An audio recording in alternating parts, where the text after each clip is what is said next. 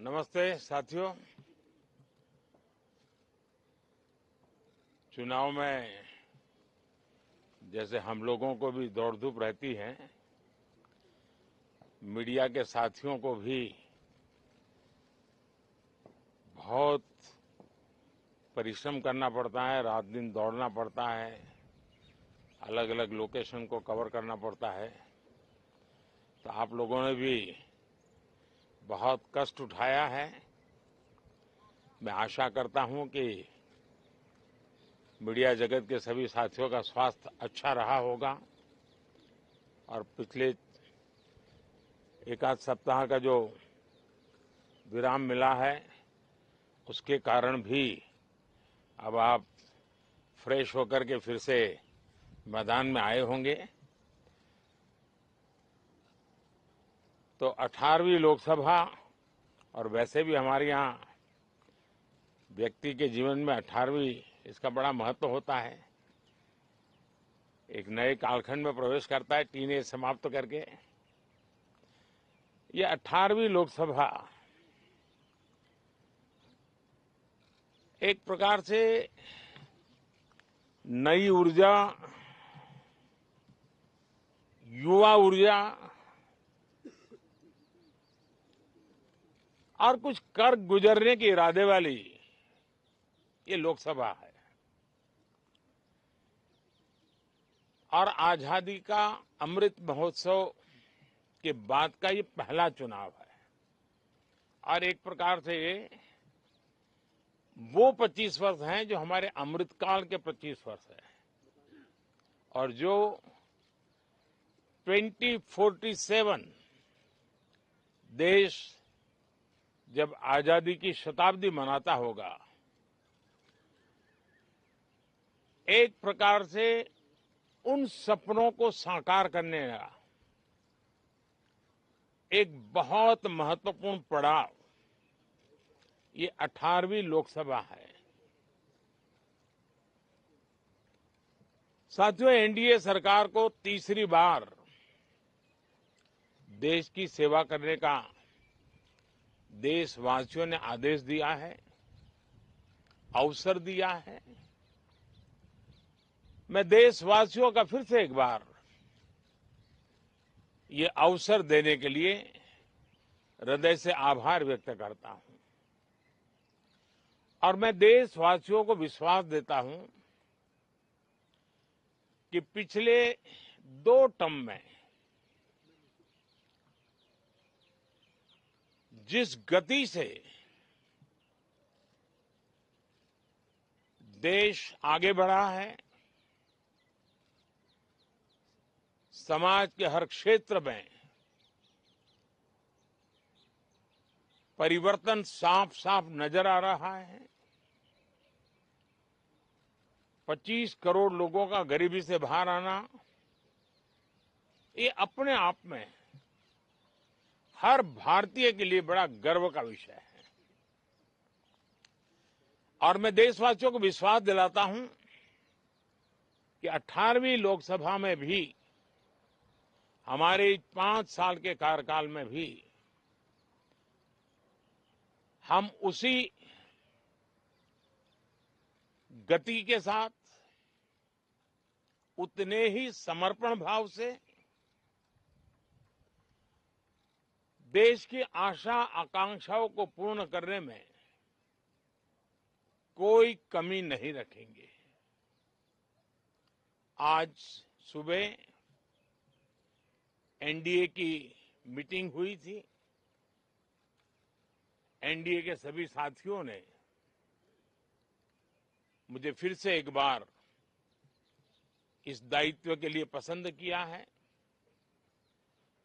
और सभी एनडीए के साथियों ने राष्ट्रपति जी को इसकी जानकारी दी और राष्ट्रपति जी ने मुझे अभी बुलाया था और मुझे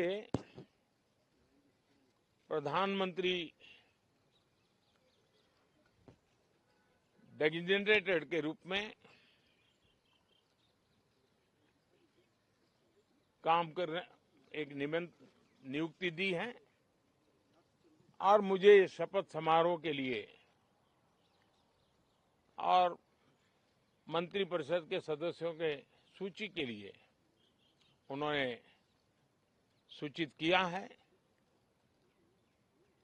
मोटे तौर पर मैंने राष्ट्रपति जी को कहा है कि हमें 9 तारीख शाम को सुविधा रहेगी।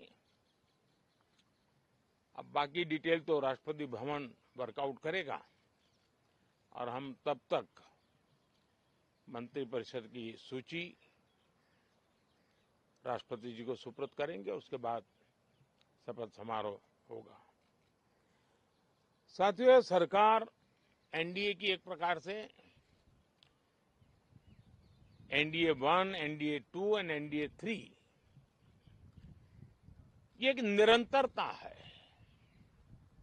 और हमारे संकल्पों को लेकर के, सुशासन के प्रति हमारी प्रतिबद्धता को लेकर के और देश के सामान्य जन के सपनों को पूरा करने के प्रयास के रूप में इस निरंतरता को हम और अधिक ऊर्जा के साथ और अधिक व्यापक विजन के साथ आगे बढ़ाएंगे और समय सीमा में लक्ष्यों को प्राप्त करने का हमारा प्रयास रहेगा। 2014 में मैं बहुत नया था।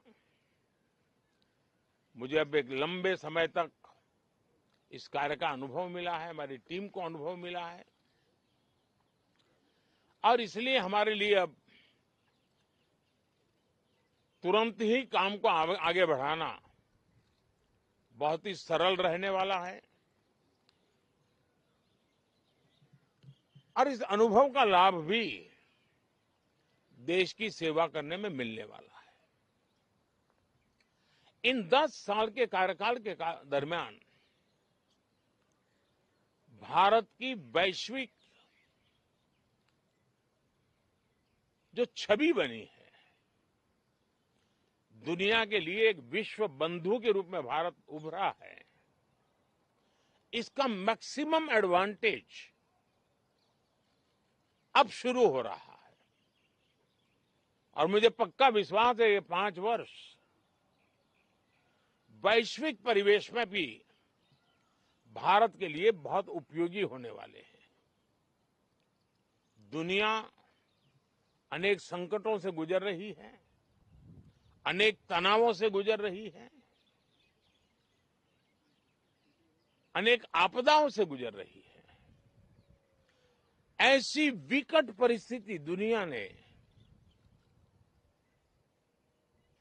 बहुत लंबे अरसे के बाद देखी है। हर देश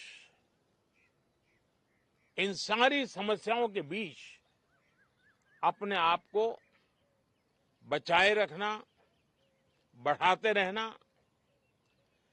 चुनौतियों का डगर डगर पे सामना कर रहा है।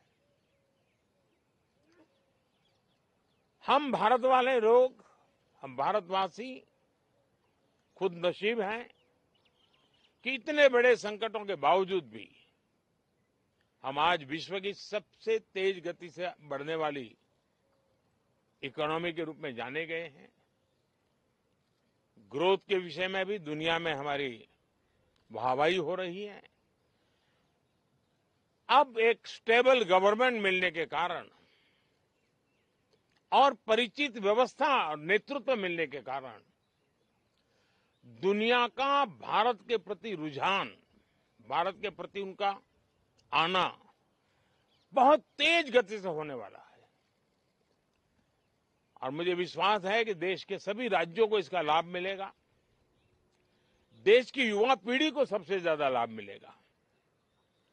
विकास के नए ऊंचाइयों को छूने में एक वैश्विक भागीदारी का वातावरण आने वाले 5 साल में बनने वाला है। तो इसी संकल्पों और आदर्शों के साथ हम आगे बढ़ेंगे। मैं राष्ट्रपति जी का हृदय से आभार व्यक्त करता हूं कि एक बहुत बड़े महत्वपूर्ण दायित्व के लिए उन्होंने मुझे निमंत्रित किया है आप सबका भी दोस्तों बहुत बहुत धन्यवाद। Thank you.